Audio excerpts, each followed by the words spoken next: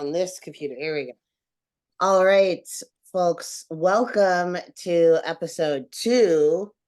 That's two of the Cosmic Cheeto Podstack. We are so lucky, excited, just overjoyed, really, to have Sonora Jha here today. I don't know why I'm referring to myself in the first plural.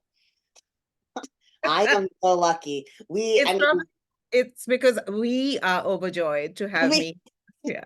we are both overjoyed that you're here. That's awesome. Yeah. I didn't want to imply that it was like to extend the first plural to you, to be like, well, you're lucky to be here.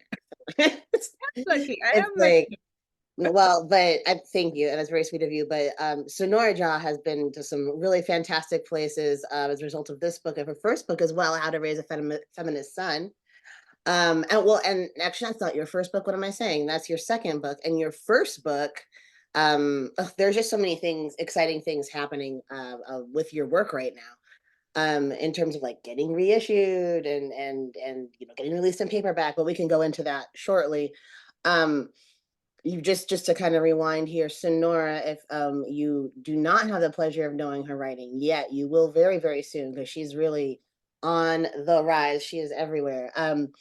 The Laughter, you've written two novels. The most recent one is The Laughter, and of course, How to Raise a Feminist Son is a work of creative nonfiction. You have a background in journalism. You teach at University of Seattle, right? Or University of Washington, Seattle? It's called Seattle University. Seattle University. Yeah. So you're teaching, are you teaching journalism and creative writing? No, just journalism. Just journalism, okay. Um, they should float you some fiction classes if you want them. Because uh, I love that. I would love that. Yeah. I would love it too. I'll write to your dean. um, Hi, I'm just this random guy who's gone mad with power. Um, from another university. You don't know who I am. Excuse me, sorry. You get tenure and it goes to your head. Yeah. Actually, that is something that would probably work. Anything, as we know with universities, anything coming internally is likely to be shot down, but something coming from From some. outside, exactly. Yeah, I'm an external reviewer. You don't know me, but I know you. Yeah, exactly. That's such a good point. But anyway, well, in fact, we're going to talk a lot about academia today.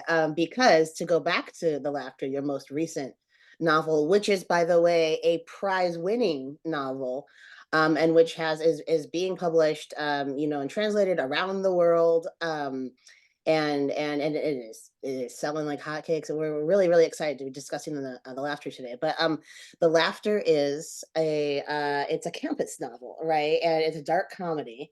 And it is just, to my mind, it's a brilliantly acerbic work of fiction. um you and that is what we're going to be talking about today, that book, which just came out. How old is it at this point? It came out in February 2023, so a little over a year old. Okay, yeah, around the same. Oh wow, man, And because the paperback comes out on May 28th. Yeah. yes, on today. If you are watching this, the paperback is out right now. So you should go ahead and go to the link that I provided on Substack, or that Future Raf will provide, and order that paperback, because I'm going to as well. Um, but Thank yeah, okay, so it's a pretty recent release. And it's a campus novel, right? And it's a surprising campus novel. It's an unusual campus novel. In that, we're accustomed to reading the works, right, of like David Lodge and Kingsley Amis, and Richard Russo has Straight Man, like all these books that are kind of about cis white dudes having just a really hard time being a moderately successful cis white dude. And it is, I would say, a whiny genre, right? But in your hands, it's actually, it transforms into something entirely different. And I think that's going to be the meat of our conversation today. So let me open with that as our first question. You wrote Oliver, the POV character, and G.K. Chesterton's scholar. who spends the book like many a narrator in a campus novel, obsessing over a sex object, right? And not a student this time, but a colleague, Ruhaba Khan, who has just come to the university, has been hired recently, and is this very dynamic, fascinating professor and colleague that the students are really excited about. And Oliver becomes fascinated by and obsessed with her. Maybe, as a means of there are a lot of holes in this guy's life that need filling, and rather than fill them with something constructive, right? He's doing what so many protagonists like him have done throughout literature. But the way you're handling his voice, right, in this novel is entirely different from the typical David Lodge novel, right? And that's the question I want to ask you, right, Sonora, is what a deliberate and I think brilliant choice you've made to from your subject position write a guy in his subject position and very deliberately not give us Ruhaba's voice, right? Which is the voice I imagine you were pressured to give, given you like your specific subject position. Oh, well, you will write the brown woman's voice, right? And I think that the way the subversion and resistance to these not just common narratives of the campus novel, but also common narratives of like the marginalized writer writing from a specific identity. You're just kind of breaking all the rules here and doing it to great effect. And so, can you speak a little bit more towards your decision to break these rules? Which rules and how? How did it play out initially? And yeah, just kind of what did you learn from it? Yeah, I mean, I thanks for saying all these lovely things about the novel, and also I think we should acknowledge you. I didn't know you, and the way I got to hear of you and know you is that you did the New York Times book review of The Laughter, and it was great. It was a rave review, and it said all the things that I was like, yes, thank you for getting it, and thank you for this review. So I'm still very thankful, and yeah, I mean, I think the rule breaking has just become like this exciting thing, like just, constantly endangering my position everywhere. So I am, as you said, at a university and academia, I feel like I'm in it, but I'm also observing it from the outside in a way, like this, being a brown skinned person or a person of color in an institution that is so immutable in so many ways, all of academia, I'm not just talking about my university, is just, it does give you a little bit of an outsider's perspective, like outside looking in. Yeah. And also this genre was something that fascinated me, right? Like look at these people, these guys, feeling so put upon. And and so I started to play with that voice. And really that was going to be just one of the voices, this white man's voice. And then it just sort of took over. And I realized like, okay, this voice wants to tell the story, but I don't know if I can do it. I'll just keep doing it until it stops and I run out of of the creative device or the conceit. And so, but it just kept going. So for me, it was more like responding to something unexpected that was coming up for me, and then digging my heels in and saying, okay, this is the voice I'm going to write in, and I'll it's breaking a rule. It's going to be unexpected from me. It's probably going to be hard to sell, which it was, but here I go, and I'll just keep doing it. Yeah. I mean, one of the things I love so much about Oliver's voice too, right, is that you find such compassion for him too. And I was just telling a student, an MFA student, this. It's like obviously, you know, injustices have been committed, right? And like I'm not, against the juvenilian satire that sends up the CEO, the big bad, right? It's just white dude. But but I can only be invested in a passion play, right? Whether it's conservative or leftist, for so long, and then I get bored, right? I am not interested in a novel where it's just like, oh, this white dude's awful. He's just really awful. Only it's like, but he's also human, right? And I think that like even with even given what Oliver does and has done, right? And the fact that like he is this in many ways this kind of narcissistic black hole in the novel, right? But he's also someone that we can develop compassion for and whose life we can develop interest in, even as he's making these like wild or having these kind of like wild racist misapprehensions of various situations and virtue signaling and doing all kinds of tedious stuff that white folks do in academia, and that misogynistic, like older dudes do towards younger colleagues and female students. um we still managed to like find, like, I don't know, I was so compelled by this guy's voice.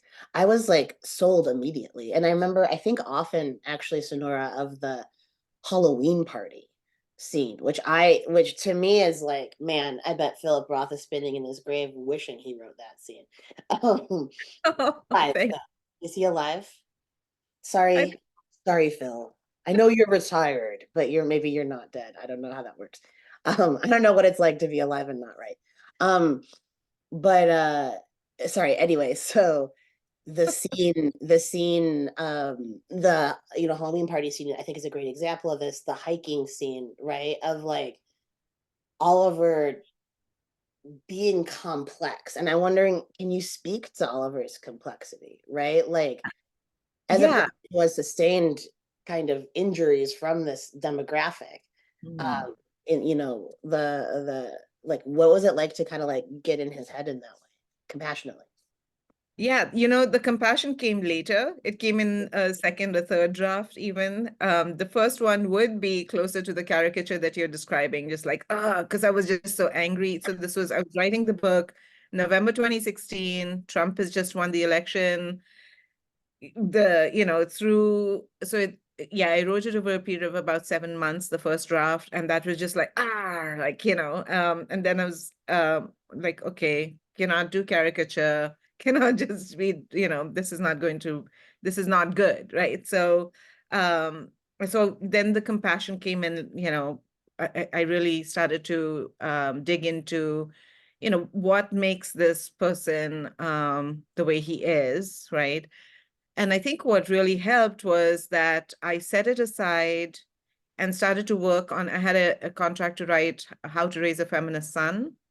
And so I was doing a deep dive into the research on masculinity and toxic masculinity and how masculinity, I mean, this is part of my work as well as a feminist scholar, that masculinity is really a burden. The traditional notions of masculinity are a burden on boys and men. And so also raising a young man of my own was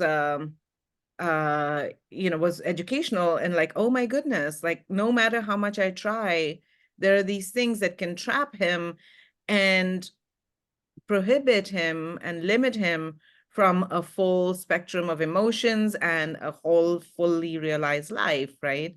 And so I think those intersections made me a little more compassionate toward him. Like, oh my goodness, Oliver, if you would just sit down and assess the situation and see how much love is to be had, and how your notions of what a dude like you should have, what is your entitlement, and that you don't know how to recalibrate, right? And even if you do know it, you get in your own way, so that is where I started to feel compassion and realize, okay, what makes this person, and of course then listening to friends and sort of associating with cis het white men, is recognizing this, that there's this complexity to this character, but he's going to keep getting in his own way.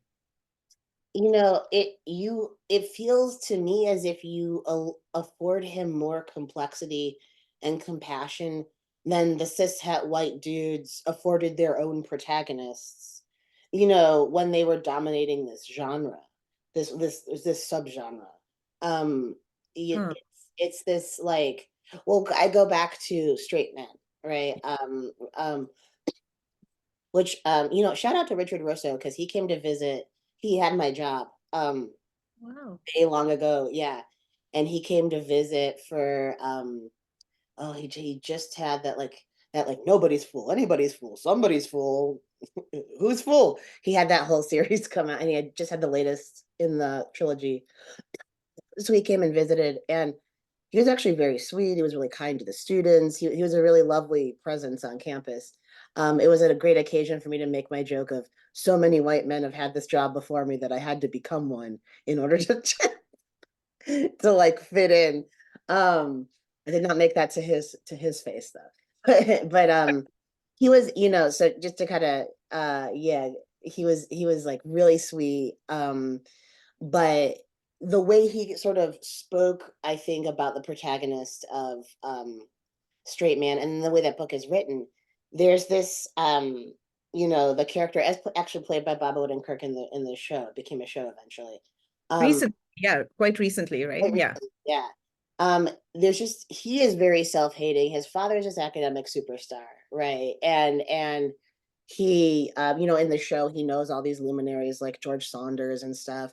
But he's a failed writer, right? Because he only published this one book, and sort of so, and he only teaches at this tiny little university, and so on and so forth.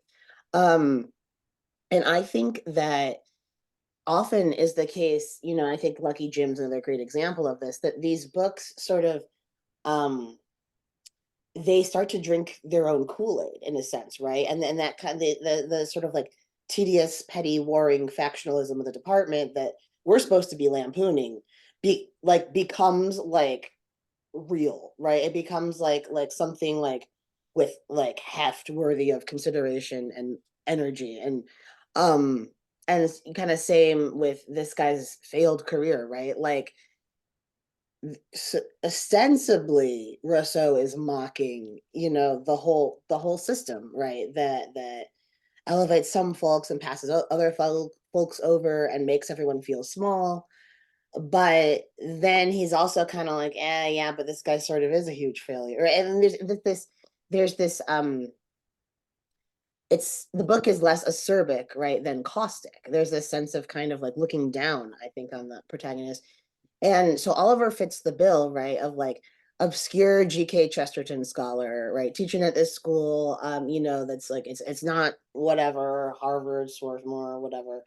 Um, but I felt that your book's scope is so much wider than this guy's personal insults, right? And I think like your treatment of him shows that. And in fact, it was you said something so telling when you answered the second question. You were like, "Come on, Oliver, like you could actually have a way bigger life, right? And you could actually be happy and not just need women to validate you, you know what I mean, or need your students to validate you or whoever." Um, and I feel like there is at various points this guy could choose growth, right? He doesn't end up choosing growth. Spoiler alert, but there are times when he could. And I think like this is my last kind of question I'll ask about the literary subgenre of the campus novel.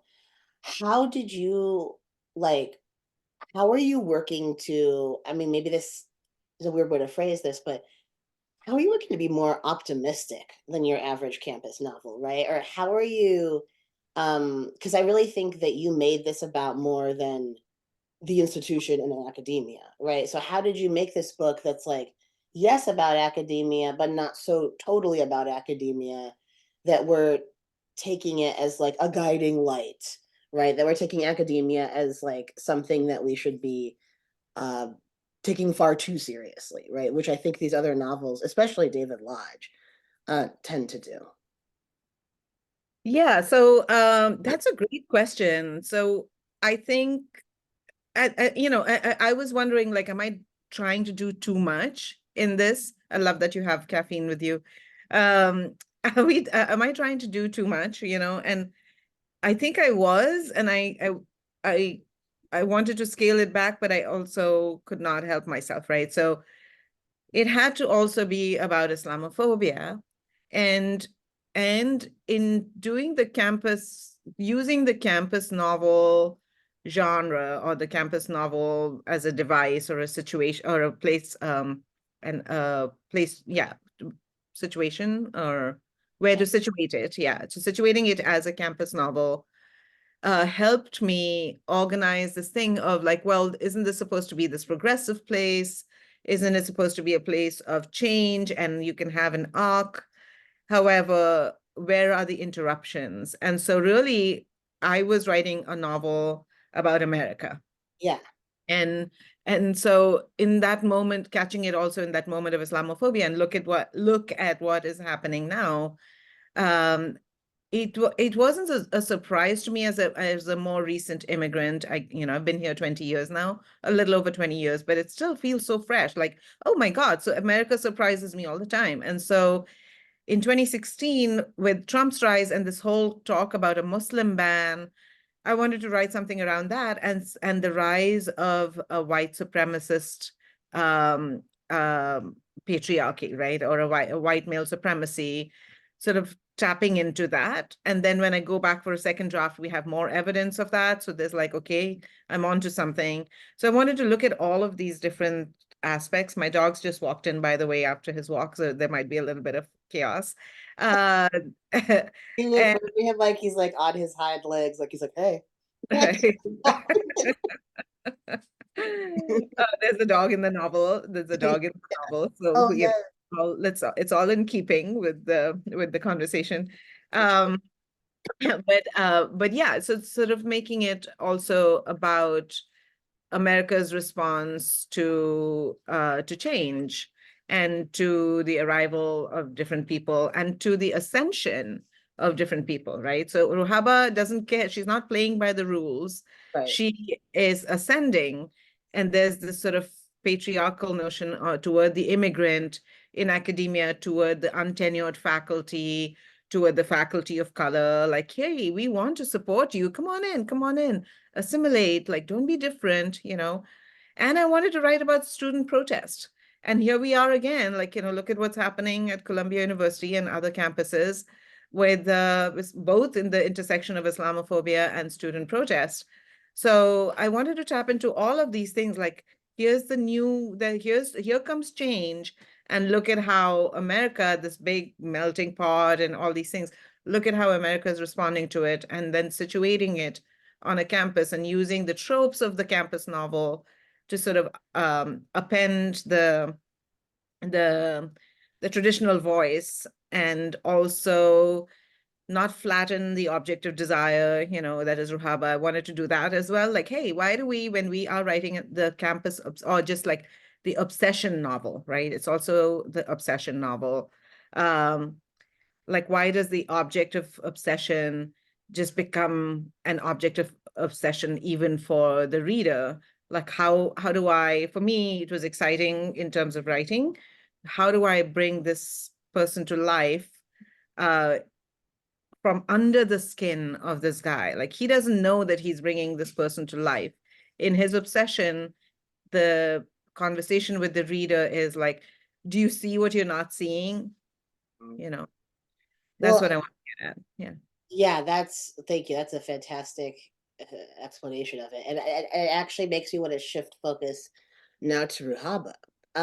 Because yeah, she is right. The Lolita, I think the obvious comparison, right? But also like if we're thinking of Hitchcock's Rebecca, right? She is the name, the sex object, right? The object of his obsessions, who is absent from the text, right? Like of course she shows up in scenes, he has conversations with her, but we do not get her POV. I think that is like I think that as subversion of the narrative you were probably expected to write is brilliant. And to see her through his eyes makes the point you are wanting to make, that you just articulated now, so much more legible, and just rhetorically, I think it's brilliant. And like, you are literally making it in the form of the novel. You're like, look, her voice has been written now. Um, and we just are getting these emails, right? And these emails that show a side of her experience that, like, is, I think, beyond the calculation, of Oliver. What does Oliver know from having a nephew who's been essentially, right, like, extra, like, kicked out of a country, for protesting this kind of misogynistic Islamophobia that was happening in his sort of like social milieu in France. Um, so, like, what could Oliver know about that? And I think it's, like, amazing to sort of see her through these really personal emails, worrying about that, worrying about other stuff in her life. Um, One of the things I really love about Ruhaba is that she is so not just the pet versus pest thing, that the concept you introduced in a few months back. I can't stop thinking about it, but she is not the well-behaved pet, right? That she's not the DEI hire that is just keeps her head down and makes money for the university. She's having a sexual affair with a student. Oh, spoiler, spoiler, Oh, spoiler. sorry, that is a spoiler, isn't it? And that's it. It's just that. Well, It's okay. the only reason I let that slip, the only reason I let that one slip, I'm sorry, It's okay. is because, though, it's like, just to know that alone is such a bombshell piece of information. But I think it's like, if I found that out, it would make me want to read the book even more, because It's true. she is not she is not the poster child. And in so many of these kind of like passion place type books, right, where I was reading a review of Yellowface, for instance, the amazing R.F. Kuang book, and um there's one review that was like, oh, the white POV character, super evil and awful and bad and shitty and super awful. And, the Asian character who dies, who had a brilliant literary career, so good and amazing. And I can only imagine Quinn was just like, I made them both pretty shitty. Like, like, both of these characters were like quite unlikable. And and why do you, reviewer, right, maybe out of a position of your own guilt or need to check a certain set of, like, boxes, liberal bona fides, why are you now feeling that you have to say one character, the white one, was shitty and the character of color was amazing, right? They were both pretty bad. They were Yeah. both and that, like, to go back to Ruhaba, right? She's messy. She's, as we rarely get to see a character in her subject position be. Right, especially like she is a brown woman being objectified by a white dude on a college campus, and she's out of control herself. And so I would love, love, love to hear more about your decisions writing Ruhaba, and where her character originated from, and yeah, what that was like. Yeah, I mean, again, like, I like to scare myself when I'm writing these things, like a little bit terrifying. One is like, oh my God, why am I making her a Pakistani Muslim woman when I am an Indian Hindu woman? And, there's all this, like, will I be accused of cultural appropriation? And so to that, to address that, or I already knew this, so I wasn't addressing it in hindsight or anything, but I wanted to create, because I wanted to write about Islamophobia, she had to be this Pakistani woman, and also the families that I interviewed in Toulouse.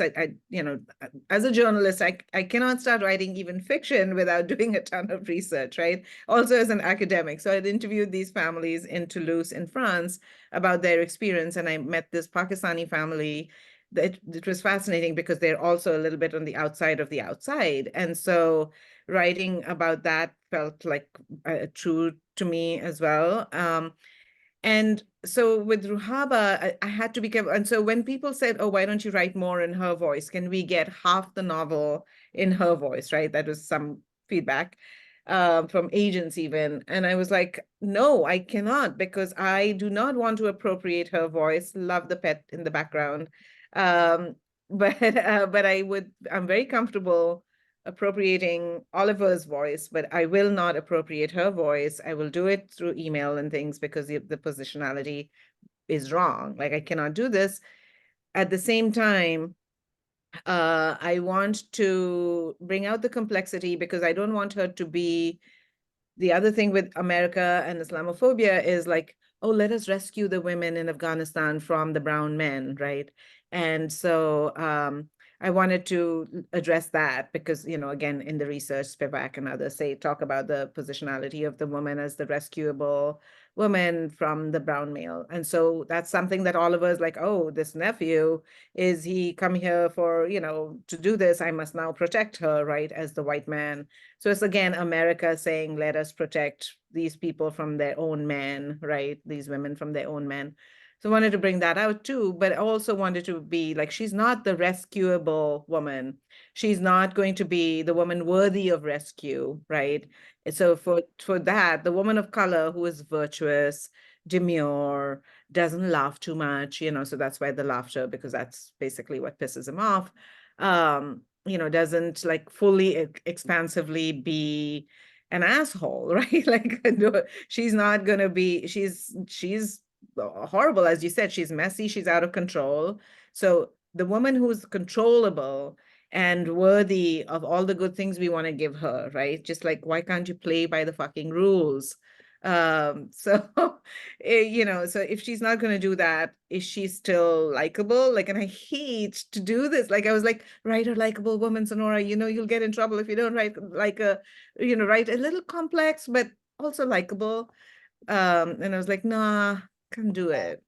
Yeah. Oh, I'm so glad you didn't do it. She's yeah, her character is absolutely fabulous, and I think there is that sense of your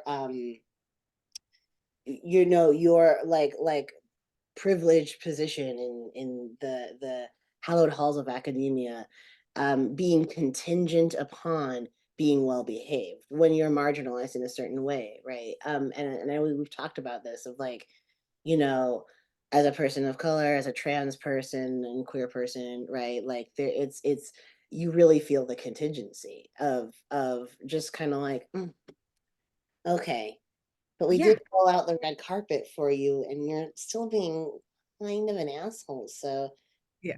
really And want to yeah, and it's not just in academia, right? Like in your writing too, these are complex characters who are living these full, messy lives, and they're going to be inconvenient and they're going to be uncomfortable. And it's sort of like toward this whole liberal space, right? This almost like this white liberal space, of course, which is true of Seattle, but also in the US, right? Like, come on, guys, we want to, but the burden of goodness or the burden of being worthy of these accommodations that are being made for you. We're protesting in the street for you, like, so you got to be, you got to be exceptional, or you got to be, respectable, the respectability thing, the civility, be civil, get along.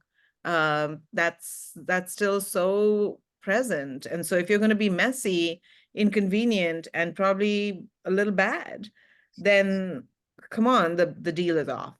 Oh yeah, the deal is, of course, the deal is off, right? Like, and it's, I mean, I think that is what really, I mean, I don't know what took this novel to like Ibsen levels of drama for me was that sense of how high stakes things became for Ruhaba, right? So quickly. And I think like, it is unspoken, right? It's like the diversity hire is made.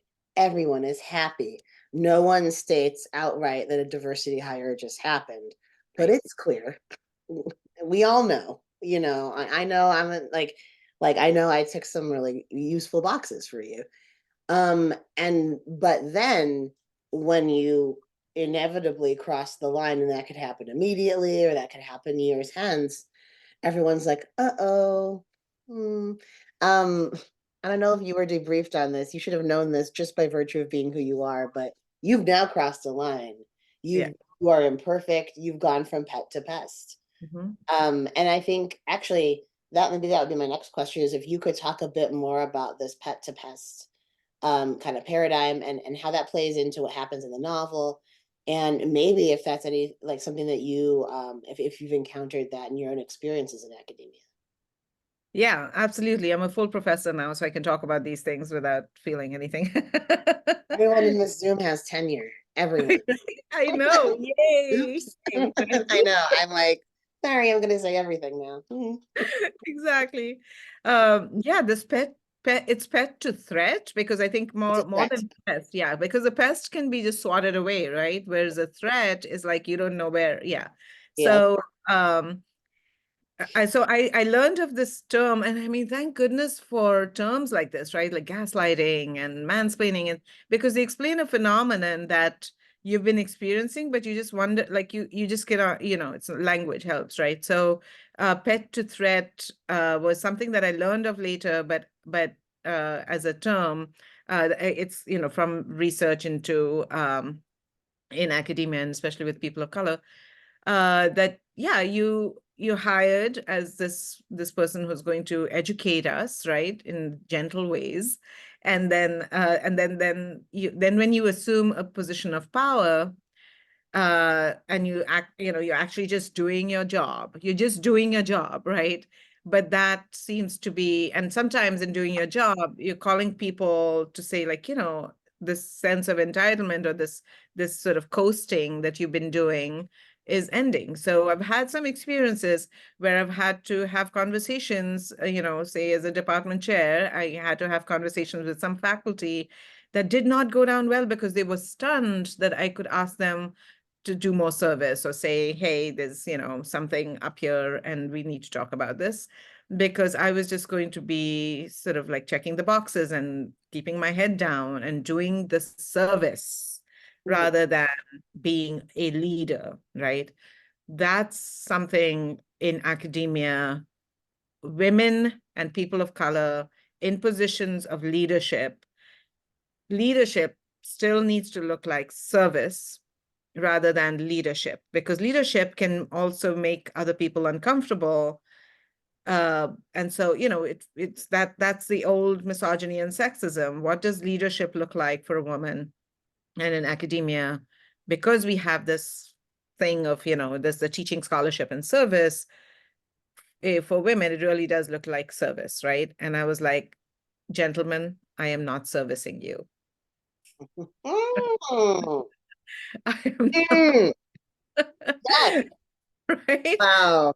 Yeah, If we I'm take not away one quote from this Zoom, let it be that. Gentlemen, I am not servicing you. Paperback out April 28th. By the Laughter by Sonora Jha. right. And Sold. so, Sold. yeah, I Yeah. mean, and it's sometimes it's this thing, it's so internalized, right? Like that, there's a colleague of mine, a woman who laughs really loudly, and I feel like, oh, she's on tenure track. Like this, I felt this, right? Like she's untenured, like people may like it just may feel like it might jar people. And I was like, what am I thinking? What is happening? And it's internalized misogyny, and it's the halls of academia, right? What kinds of noises and sounds are allowed to ring through the halls of academia?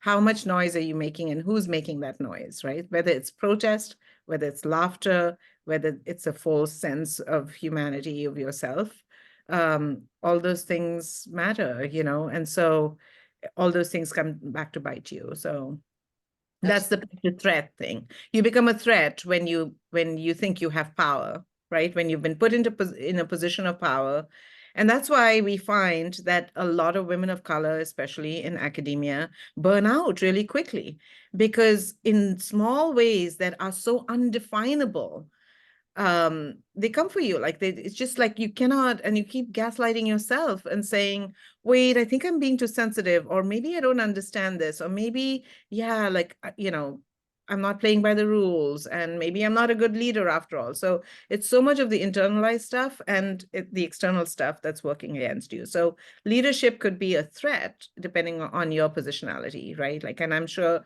you experience that too, where it's like you were supposed to be this person that we hired, and now you're this other person, and you're making things inconvenient, and so now you're a threat because you have opinions. Oops. Oh, I'm definitely quite a stymieing case because it's like I was supposed to like be, hired as a queer woman, and now oh wait, I'm a white dude, but so hold on, that should be good, right? But I think I said this to you the other night.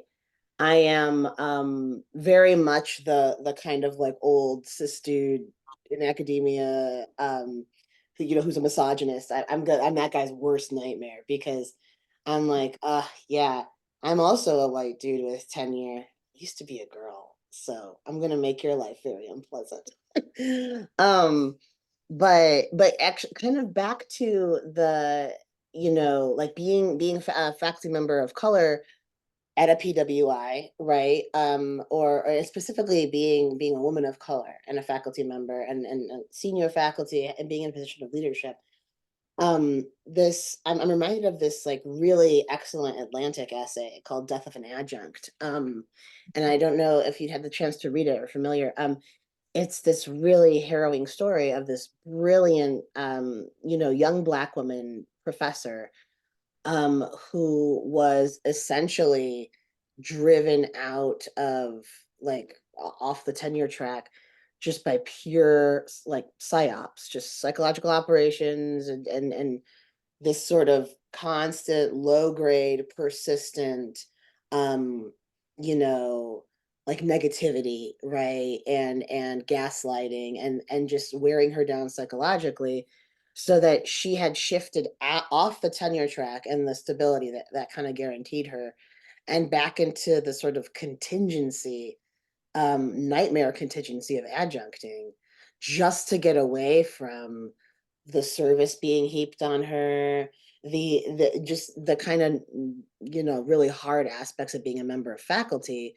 And if you're a member of a faculty and that faculty is kind of closing in on you and trying to like send you this messaging and like really just it was misogynoir what was happening to her, then yeah, that faculty can act with quite a lot of power over you, right? To kind of like disenfranchise you. And so it was just this really hard story to read because like here is someone who kind of it looked as if she was going to really, have a great position at this university and it just psychologically became impossible.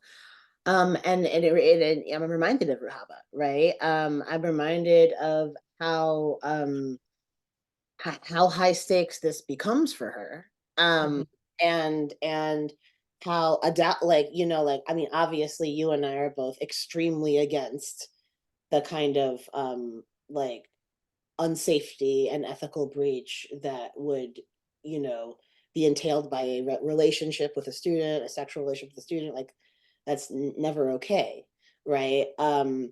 But if if Oliver does that versus if Ruhaba does that, whose situation becomes radioactive immediately, right? Mhm. And the double standard is outrageous. And so I think that I'm really really kind of like interested in how the pet to threat paradigm exposes academia as really reactionary, as because I there's one thing reading the laughter kind of reaffirmed for me. It's that academia as like bastion of like enlightened thought and progressivism, absolutely not. Mhm. It's not academia, higher education the ideas being discussed are awesome, right? But the culture of higher ed in like America at least, right? Is pretty toxic. It's pretty off the handle toxic culture. And so I mean, I'm wondering, can you speak to that and how that shows up in the laughter, right? This idea of the irony of we come to this place to have these amazing discussions about art and ideas and philosophy and to grow intellectually and creatively. And yet the place as like an institution on the individual level and also as part of a broader um just like institutional setup of higher ed in America is quite conservative, quite reactionary. So like, yeah, I'm wondering if you could speak to that a little bit. Yeah, I mean, it's constantly surprising, right? Like, and um, I mean, I am stunned where so some of my earlier research, my dissertation was on social protest Mhm. and looking at the Vietnam era anti-war protests, comparing them with the WTO protests, right, which were fresh for me at the time, and looking at, you know, how they were organized over the internet and whether that made any difference to journalists covering them. 300 pages later, the answer is just no, right? Didn't make a difference, right? Because we're still covering it, you know, we still cover social protests as like the problem. Now with the rise of social media, that's sort of changed. If you only just look at if you look at just social protests, student protests, and the way that is handled over a period of time, like, you know, students are going to protest about different things, and your response to that reveals your conservative positions, right? Your positions on these issues. Look at the response from a lot of institutions to the pro-Palestine or the, you know, against the bombing in Gaza, the protests against that. Like, what on earth? How are you? Who sent you a memo to say it's okay to protest about one thing but not the other, right? So it gives you the sense like, okay, we've been aligned with conservative ideals right from the start, right? And that kind of progressive thought is only up to a certain point, right? So if I'm doing like, oh, my research is on social justice issues, that's good, good, good. Publish it in journals, right? But don't turn the gaze back onto the university and say the social justice issue is academia, Yeah. right? The social justice Come to issue, the board of trustees with this. Like, yeah, exactly. right? Yeah. Like, what is the issue you're working on? Like, oh yeah, academia, you know. So, I Right. mean, I think like, yeah, that US the US campus is a location of social justice issues. No, we turn it on those poor people out there. We don't turn it onto ourselves. So in a way, it's kind of like blowing the whistle or like washing your dirty linen in public, you know, all these different things that come into play, but like you're telling on the family. It's almost like a conservative family structure in which you're the child that's saying, no, there's abuse happening in the family, right?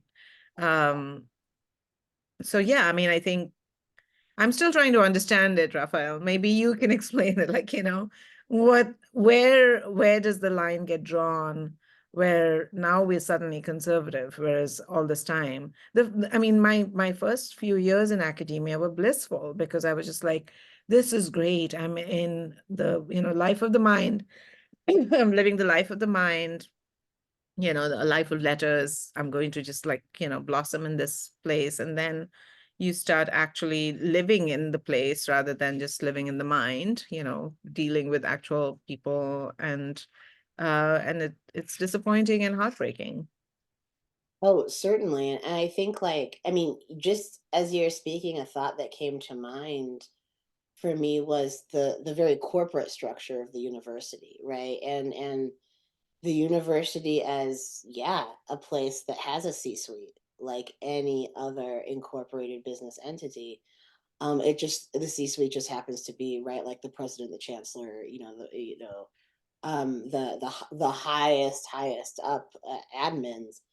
And there is a bottom line of it's not just solvency, right? But profit, right? Even though, you know, we're not for profit, right? In a state school, especially where, you know, a land grant university where we were being given money, right?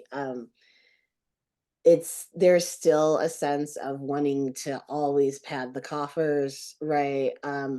And cut bigger checks for the again that C-suite of admins and their kind of cronies.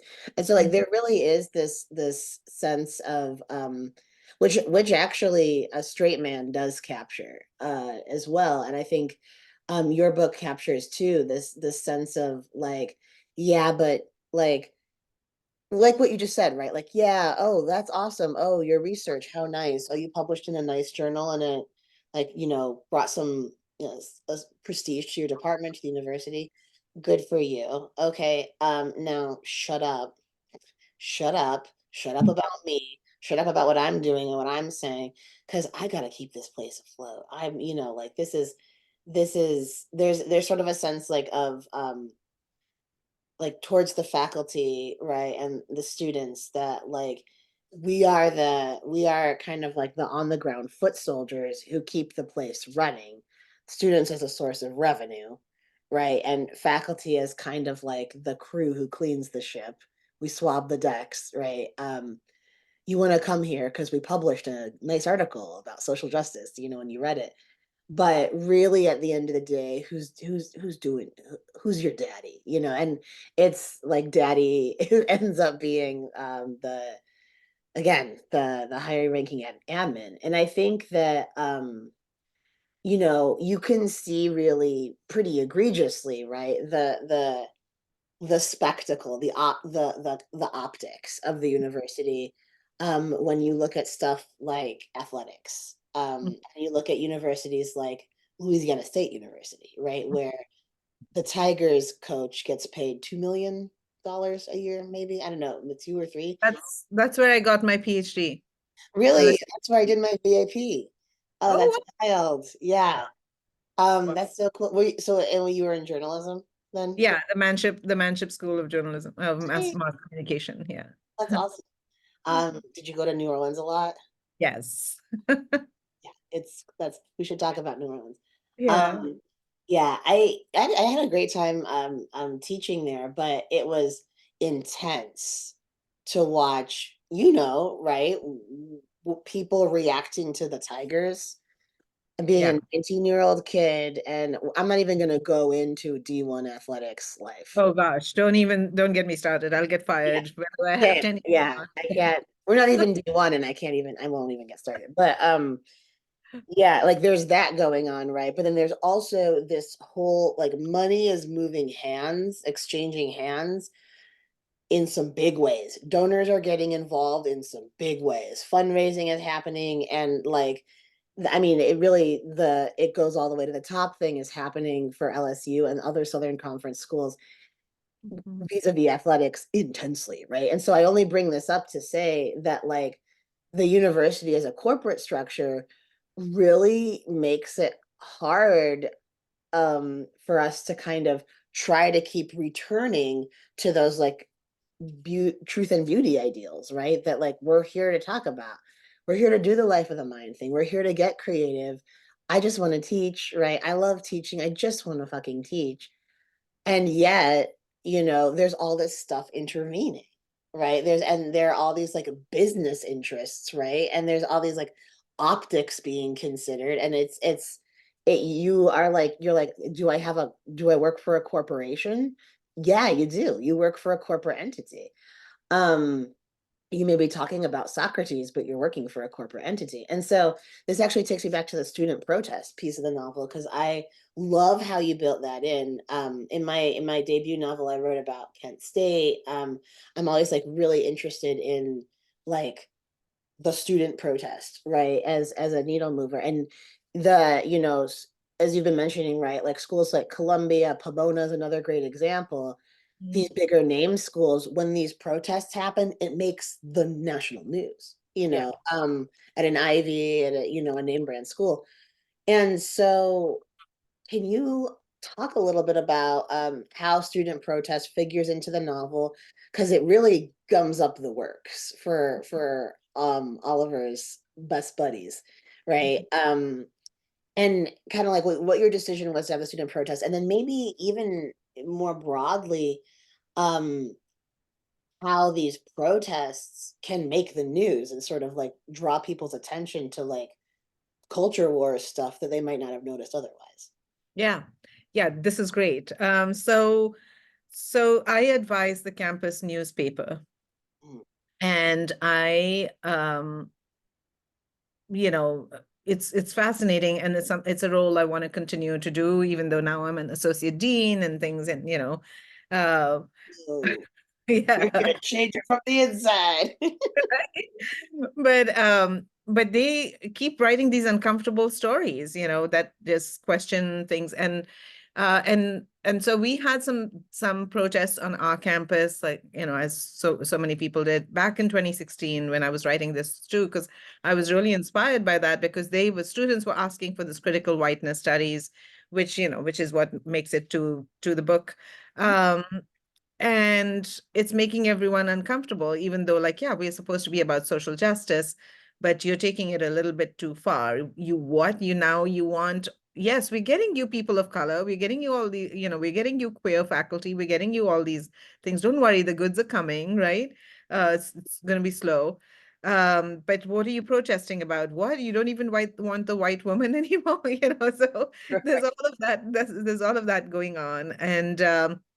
And students really are on the edge of that. So what you have in recent times, and what's been getting uncomfortable both for academia and for journalism and for a certain kind of liberal crowd, is that we are promising you the goods, like, it'll all trickle down to you eventually, right? Of course, we want you to be in positions of power, but social media has made things really uncomfortable, right? So you have, when I look at the coverage of social protests now, including this student protest, you cannot be critical. You cannot write in the same way that you did earlier, like, these are disruptive. And if you look at, if you look at the anti-war protests in the 60s, the anti-Vietnam War protests, it took a long time for the media to come around.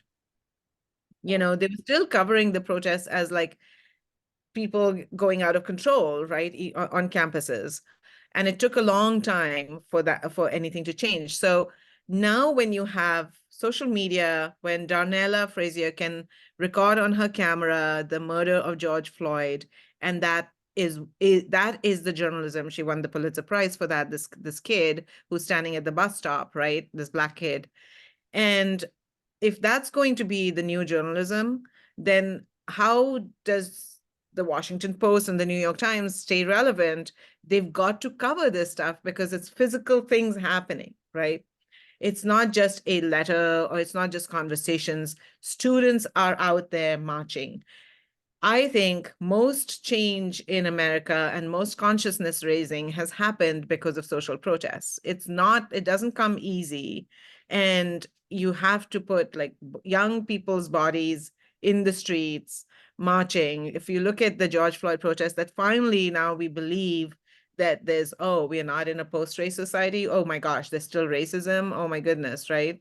And that, watching the horrible murder, or at least hearing about the video of George Floyd's murder, becomes this position where you finally have to focus on this, right? And people are marching in the streets, even though there's a pandemic. So I don't know if I'm answering your question in any direct way, but I think student protest is such an important location for any change or for the needle moving, because again, being a corporate structure, you got to keep the client happy, and the client looks like the customer is unhappy. and the customer is protesting about something. So we're going to move the needle a little bit, right? We're going to, it's uncomfortable and we're going to clamp down on them. That's the first response, right?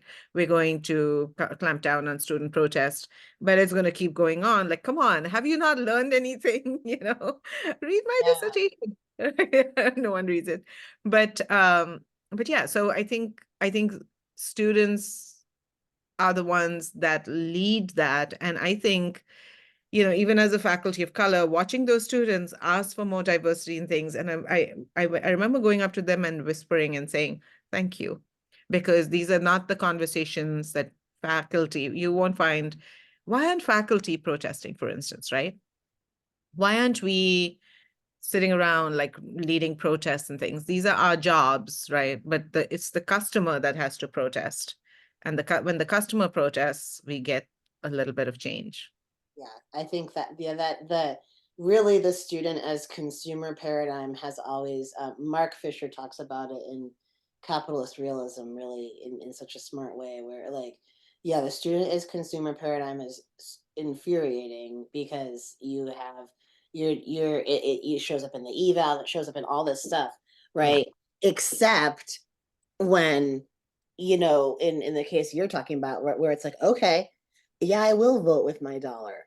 I will actually reject the product you're giving me, right? And I'm going to cause a stink. And yeah, then that is how you see those significant cultural changes on campus, is when the students protest. And I think that's awesome. It's really interesting because like SIU, where I teach, has a history, really rich history of like intense student protests. And we've kind of gone back, and we've had some recently, but it is sort of like differences in the student body where, like, for instance, we have I think the students at SIU are brilliant. I think there's absolutely no difference in brilliance between SIU and Sarah Lawrence, right?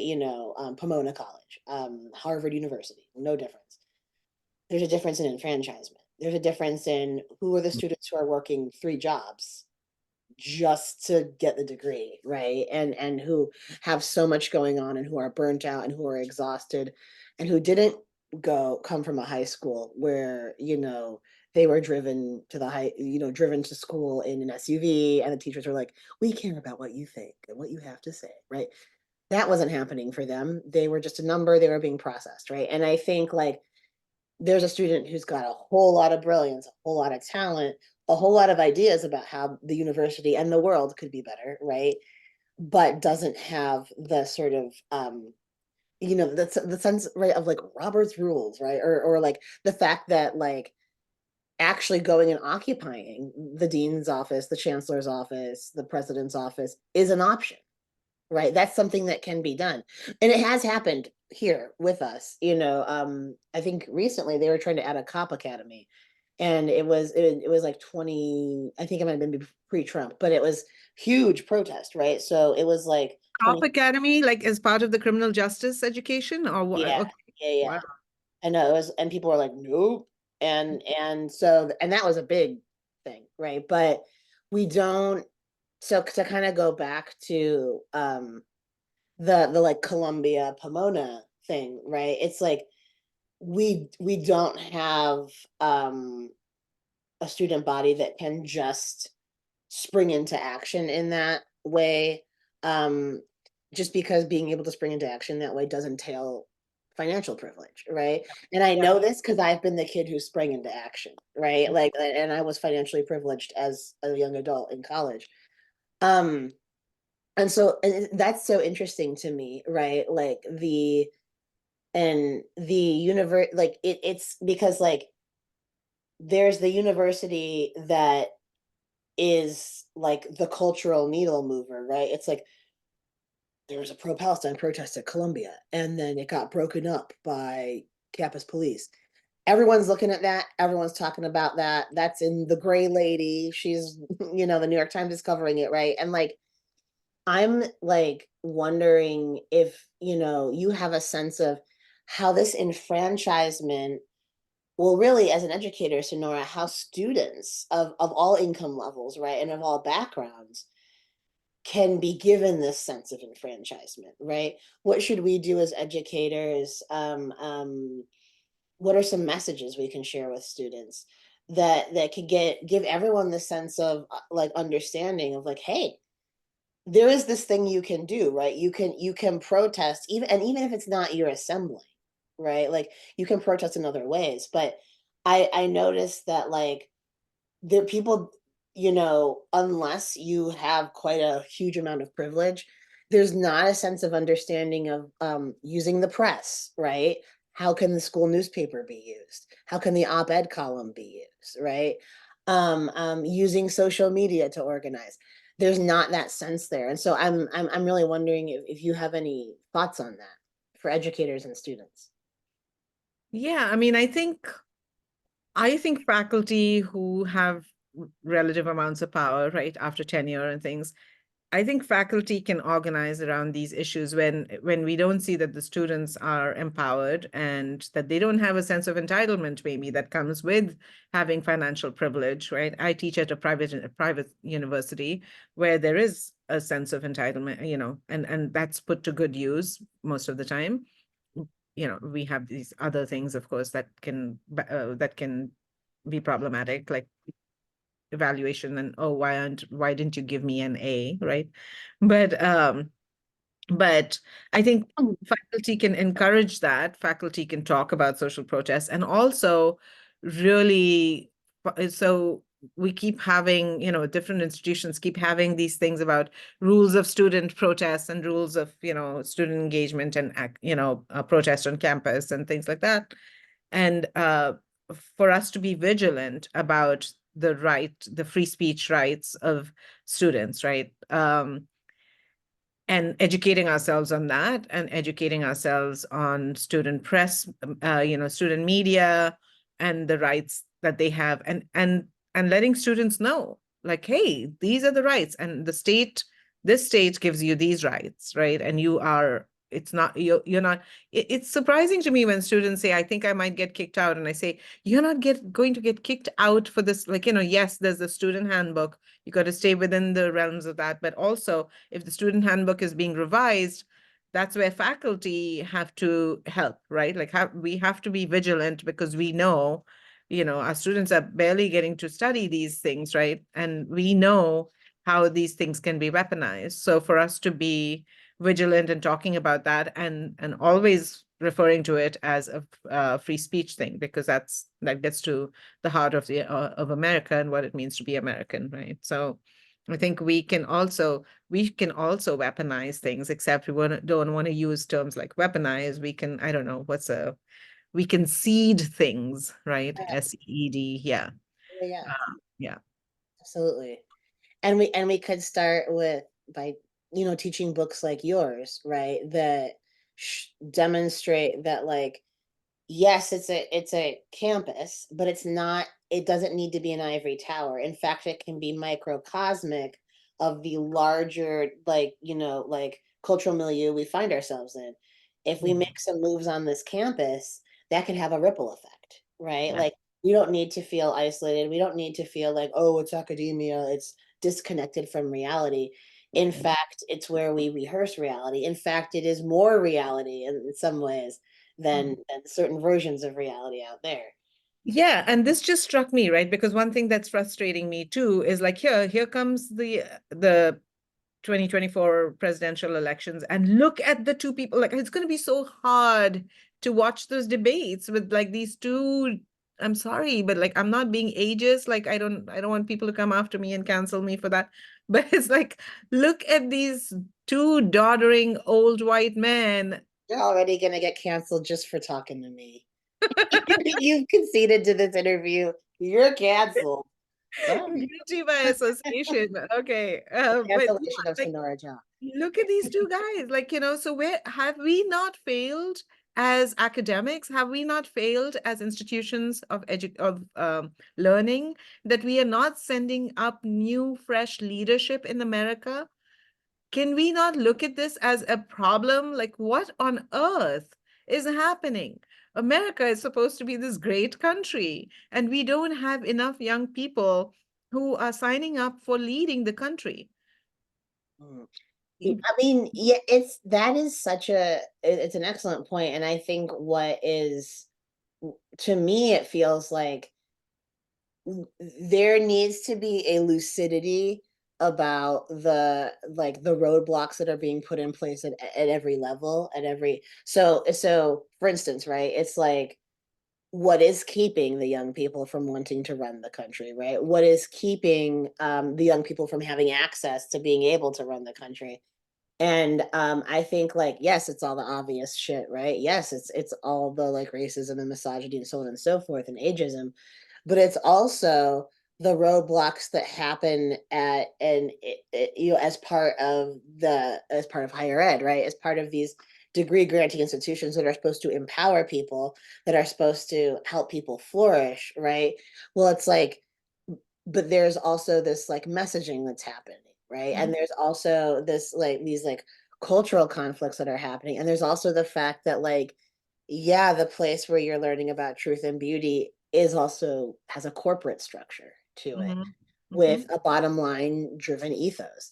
And so I think that and that's why I like your book so much, is it's about like, yeah, we're part of this structure, but how can we be subversive within it? How can we take that subversion, you know, outside of it to other structures, right? To kind of start chipping away at that foundation. mhm, Um, as opposed to being like, well, I don't know, let me just try to work with it and make it work better, right? Maybe this time I'll be the good pet and not the threat, right? And then you realize that because of how things are set up, there's no way for you to not be a threat just mhm. by virtue of existing, but being marginalized in the ways you're marginalized, and then having power or whatever, you just are a de facto threat. And so Yeah, I think like it's understanding, you know, I think it's being like canny and teaching the students to be canny about how no, that none of this stuff was built to really to serve and empower you in the ways you think. yeah. There are other ways in which yes, you can utilize these tools and make some change, but don't just like I don't know. Don't accept messaging uncritically. That should be I think that's why, you know, the journalism profs, you all have such an important role here too, right? Is like that's the last question I want to ask, and then I'll have you read something.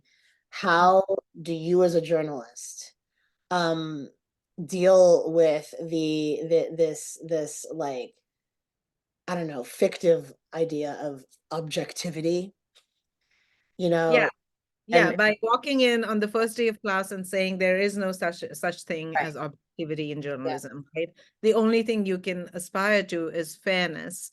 And Mm, fairness also doesn't, this the false equivalence kind of thing of like, oh, so, six women are saying that this man raped me, but let us go talk to 12 other women who say, but he didn't rape me, right? So maybe these women are lying, right? Like, what? you know um so I mean, I think that's, I mean, I'm being over the top with that example, but that it just shows my frustration with this thing of like, why didn't you talk to these other people who did not experience racism and really think that this guy is great, right? So I think teaching journalism to now be truly fair, to be truly fair and equitable, and say you can tell the story entirely from the point of view of this. And yes, there's fact checking, and these are the ways you do your fact checking.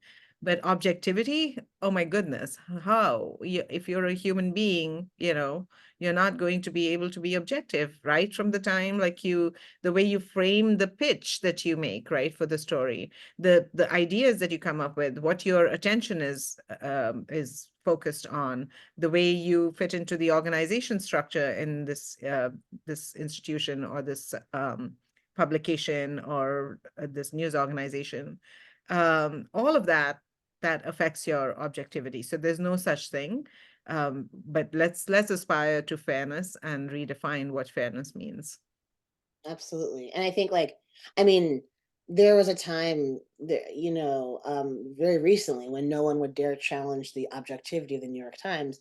And now look at everyone's like you can't, you are doing such a bad job at reporting on trans people, Yeah. right? And your aspirations to objectivity and authority are dashed because this is transphobic reporting. And I think like that's what's so cool about the laughter is Oliver has been taken for decades as the voice of, as the objective voice, right? And yeah, sorry, this is my last, I promise this is my last follow-up to the, like, how do you, with his point of view, right? And your training as a journalist who's also like a fiction writer and a novelist who's also a journalist, you know, you're wearing multiple hats here.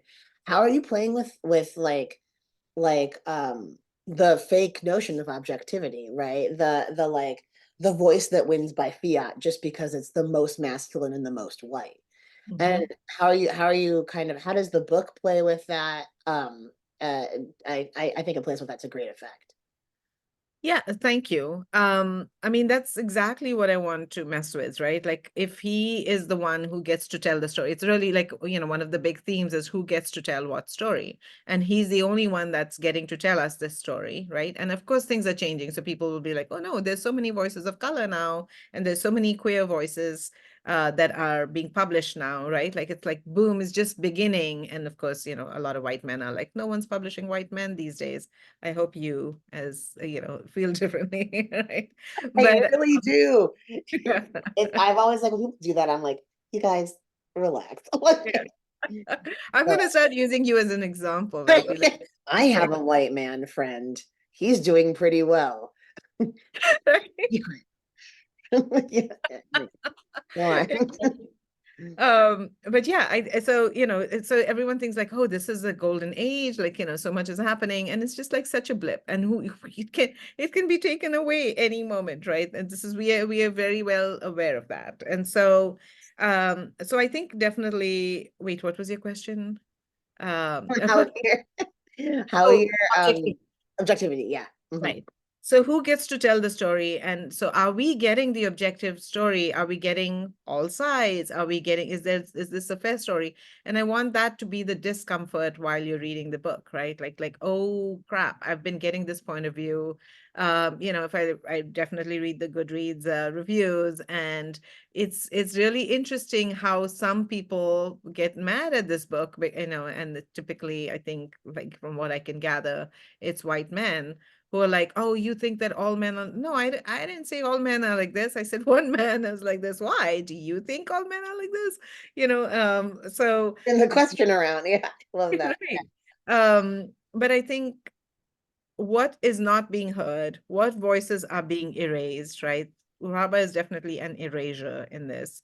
Um, where are the stories getting truncated, interrupted, right? Those are the things that we need to keep in mind. And so what can we expect? So for instance, like speaking of trans people in stories, there's one character, the Black trans woman, he doesn't even see her coming, right? Who ends up being the one that takes him down, like, spoiler alert again, right?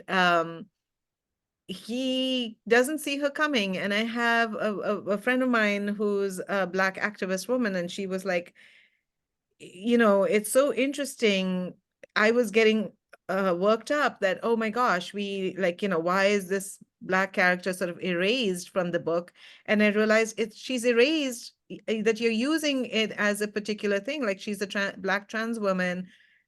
Mhm. He wants to have nothing to do with her. So he doesn't see her coming. Like, he doesn't see her growing as a threat, right? And she's the threat to him. And so what are you not getting? Like, what is being totally erased and is not even within the consciousness, because this does not serve as an object of obsession, or this is not a sex object for him. This person is not a sex object for him, and also does not seem like a threat or important enough, right? So he's like, oh, I thought I saw a shadow somewhere, or I thought I was being followed by someone, right?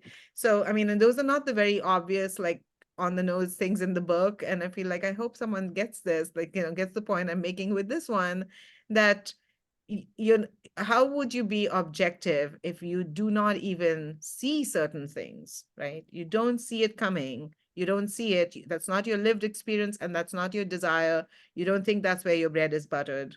You're not going to see it. And so you had to have more voices or deepen your own experience. Come on, you know? It's so funny if we think of his like we almost think of him as like a terminate, like a heat sensing Terminator type, like POV. And he he doesn't even pick up on like, like the heat, like the heat coming from the body of the, of the Black trans woman, simply because, right, like she is not legible to him because she is not a sex object, right? And in fact, conceptually, he doesn't have like the like conceptual structure in his brain to like scaffold an understanding of who she is, right? And to even accommodate her as a person. And I think it's like I think that is so smart, right? Like instead of you being like, oh my God, I better do all these liberal pieties and make sure everyone has the exact same amount of pages and everyone's showing up in the correct way or else I'll get canceled. You're like, you know what? I'm gonna make a bigger point. Right. And I'm like obsessed with like marriages of form and content that actually work out and do not end in divorce. And this one is a very happy marriage of form and content for that reason. So um super cool. Wait, wait, tell me that. I don't know these terms because I don't have an MFA, no training in writing. So tell me what that term was. Oh, more form and content. Formal? Form and content. Yeah, yeah, yeah. So like Form and content. Okay. formally, yeah, just form and content. Basically, just like formally speaking, you like have this narrative that is like it is his POV and it is structured such that he's got massive blind spots. There are holes, you know what I mean? And they are deliberate holes, right? It's not just like, you not having the foresight to include this information. It's you deliberately occluding it, or eliding it entirely because that's what he would do. Right, right. So And that's and that yeah, and that makes a bigger point, right? And a more effective point than you fearfully worried that you're going to get canceled so writing something. You know what I mean? And like that I think is like more of a like maestro move. Um, thank you. it really it's what makes the book so great, among many things. Um okay, we are going to conclude with I would love to have you read a passage from the laughter if Okay. you're ready, if you have your nearby laughter copy, in addition to your slightly more remote copies of the book, which are just over, it's your right shoulder. So folks, if you could look up and see that's the laughter hardcover on the left there. Yes. And then paperback, that is the paperback that is out today. If you're watching this, please order it. Um, so Sonora, I'm going to give you a choice. I really would love a section that highlights kind of like the dark humor of the book. Okay. And I'm toggling between the Halloween party and the shooting range that which is also like a wild scene. If Yeah. you have a scene you'd prefer to read that you feel would highlight the dark comedy better, then that's totally fine. Okay, I actually think because we've been talking so much about academia, the scene in the dean's office when they find out that the students are going on protest, I think I'll Totally. read. Is that the one where his Oliver's friend is having a big reaction? Yeah. I don't know if I'll get to that section, but yes, yes. Why don't I just some of the characters that show up Yeah. in this, I think are good for academia. This is the book right now. Yeah. Mm. Um, okay. For about 5 minutes. Yeah. Yeah. Okay. It's a brief selection. Okay. The students of the College of Humanities had occupied the premises and were staging a sit-in. A cryptic email from Dean Walter Cummings in my inbox, sent to a select few whom the dean was summoning to form a core advisory team, had said nothing more than that. On my way there, I wondered what he meant by occupied, and I feared the worst, something bad smelling and bedraggled, like the Occupy protests that had lined Seattle streets a few years ago, forcing me to drive on several evenings through a colony of cautionary tales. Men and women for whom I had at first had charitable thoughts, ranging from, this is what happens to you when you don't value a liberal arts education, to, there but for the grace of thee, go I, but who had forced me back to my into my wisdoms when the stench of pot and sweat and the dried palate of sexual deviance had assailed my senses. Sure enough, these student occupiers had drawn their inspiration from that same social movement and its tactics. When I entered the dean's offices, some 50 to 60 of them were sitting in the lobby with protest signs. They had piled up sleeping bags against the wall that displayed the Hall of Fame portraits of past deans. A sign with a roughly drawn arrow read, "See something wrong with this picture?" I didn't, but I knew what they saw. Each of the deans was white. Although, to be fair, there were 3 women in the mix. My buddy and savior, who had brought me here years before, Walter, was the current dean and had been for several years. His picture hadn't been changed since he took over. He was now 62 years of age. Sleeping bags. So this would be more ambitious than a sit-in. It would be a sleep-in. They had erected a shrine of some sort in the middle of the lobby, books and flowers and incense in a gaudy heap, so that you were forced to go around it, even to meet the dean's administrative assistant. I recognized a few of these troublemakers. Not all of them were minorities, but an overwhelming number of them were. The girl Conscience or Essence was there. An Ethiopian girl in a burqa had handed me a pamphlet, even though I had deliberately avoided eye contact as I tried to make it past her toward the dean's office. She was a good student, a hard worker, and I wanted to say to her that this was not the way to go. But there seemed to be a new steeliness to her gaze. I decided I would keep an open mind. I shoved the pamphlet into the pocket of my jacket and waved at the protesters on my way to the dean's office. I recognized a few more students, a couple of white males, too. I was surprised to see among them young Cunningham, a boy who'd hung on to my every word and visited me often in my office until a few months ago. I would not have expected him to have a friend in this lot, let alone join their protest. Not because he wouldn't have sympathies, but because I would not expect someone like him, all-American, blue-eyed, blonde colonizer type, to have earned their trust. Odd, these new alliances. I had only to look at Dean Walter Cummings once, and we both knew. We have been here before. We survived these wars once. But this time round, it was different. Back then, it was faculty pushing to ring in mediocrity. Now the students were leading the charge. In these times of a country questioning the value of a college degree, the student dollar served as gift or guillotine. This time, our heads would roll. Look what we let in. 4 other faculty members and a couple of hacks from university administration were present. David Meyer was among them, and he looked relieved to see me.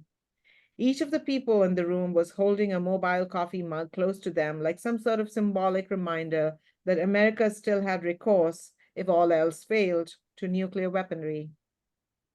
The dean's office was in the newest building on campus. 3 sides of his office were glass with rounded edges facing outward into the city, part of the university's new strategic vision to interface with our tech metropolis and the endearing chaos of Seattle's diversity. From the streets outside, people stared at the soundless anguish of men and women toppled from an ivory tower to dart about in a fucking fishbowl. "We must prepare a statement," said a small-breasted blonde woman whom I didn't know but recognized from other events where faculty were forced to break bread and frame sentences with staff. Such things are best when they happen organically. She looked and dressed like she was from the offices of University Council, but dreamed of being from Paris. "We must listen before preparing a ham-fisted statement," said Regina Powers, the black full professor from the Department of Sociology, whose words always shut everything the hell down. I had heard from many that even the other faculty of color did not trust her performative ways. Seriously, no one ever spoke after she spoke for several minutes. She was always the one who spoke up after the silences that followed her having spoken. "Any statement we attempt to craft right now will only be made up with words from our echo chamber," she said. I looked around the room for anyone who might have seized upon the irony, but if they had, they didn't show it. Their lips were on the rims of their coffee mugs, their eyes were on the rug. We were at war, we had the weapons, but our new generals were speaking already of disarmament. I slumped into a brittle late modern chair and waited for Regina to use the term microaggression. I knew that I would at least see a flicker on my buddy David Meyer's eyelid then. But despite going on for a bit, Regina didn't, and I was somewhat crestfallen. They're calling a press conference, the dean said. Will the reporters come? I mean, these are a bunch of undergraduates. Aren't they supposed to be distracted by their Facebooks? My benefactor's last nap must have lasted about 12 years. Sure enough, a chatter arose among the best minds in the room about whether students even used Facebook anymore, or whether Instagram or Snapchat, YouTube. Well, let's not be disdainful of the undergraduate, Regina said, nor of social media. Where do you think they organized? They have a Facebook page called, pardon me for being the bearer of bad news, but it's called Down with the Living White Dean and His Dead White Dudes. The dean blinked. Everyone else stared into their coffee mugs as if expecting a fortune to appear written at the bottom. What does that even mean? The dean asked. Well, look at their demands, Regina said. The dean gave her a look that said, and whose side are you on? She read the look correctly and added, if we are to push back, if we are to negotiate with them, we will have to take that charter of demands seriously. We will not negotiate with terrorists, someone said. It was Maya. Let's be careful of the words we use, the small-breasted woman said. We don't want anything to be misconstrued here. She cleared her throat. Let me point out that a good number of the student protesters are of the Islamic faith. Jesus, Maya said. God Almighty, Regina said. Am I hearing this right? Someone uses the word terrorist and we immediately jump to an association with Muslim students? The small breasts started to cave in on themselves like a poorly chosen hideout in the terrains of Afghanistan. The woman, sorry, the woman cleared her throat again and shook her head so hard, her French chignon came undone. That is not what my responsibility here is to avoid any. Let's all calm down, I said. This was my moment, if any. I had no idea what I was going to say next, but I knew my voice soothed these people, even Regina, if she'd care to admit it. My elocution reminded them of a safer, less complicated time. Thank you. Oh man, I forgot. It's at some point we should like make a game, um, like some kind of apples to apples vibe that's like it's the like breasts described by cis dude novelists between like 19, I don't know, like post-war fiction from 19 like 50 to like 1999. Don DeLillo, Philip Roth, like Raymond Carver, Yeah. John Cheever. Let's go. Just like all this, and then we like pair it up with the author. It's like breast described as a hideout in like the Gulf War in Afghanistan. Oh, it was Oliver who described them that way. It would be such a fun game. I've read so many ridiculous descriptions of boobs. Anyway, incredible selection of folks. You should really buy this book. This is just it's funny, it's prescient, it's insightful. The narration is what you'd expect it to be. It's hilarious. So Sonora, thank you so much for coming on the Cosmic Cheeto Podstack, being our second author to help inaugurate this series. It was a total pleasure speaking to you. Thank you so much. This is wonderful. And I love that we are complicating these times for the Olivers of the world. So you keep doing you and I'll do me. Yes, the Olivers are feeling uncomfortable, and they're wondering how they can describe boobs anymore. Oh man, Thanks for having me. it was such a pleasure. I'm gonna stop the recording now.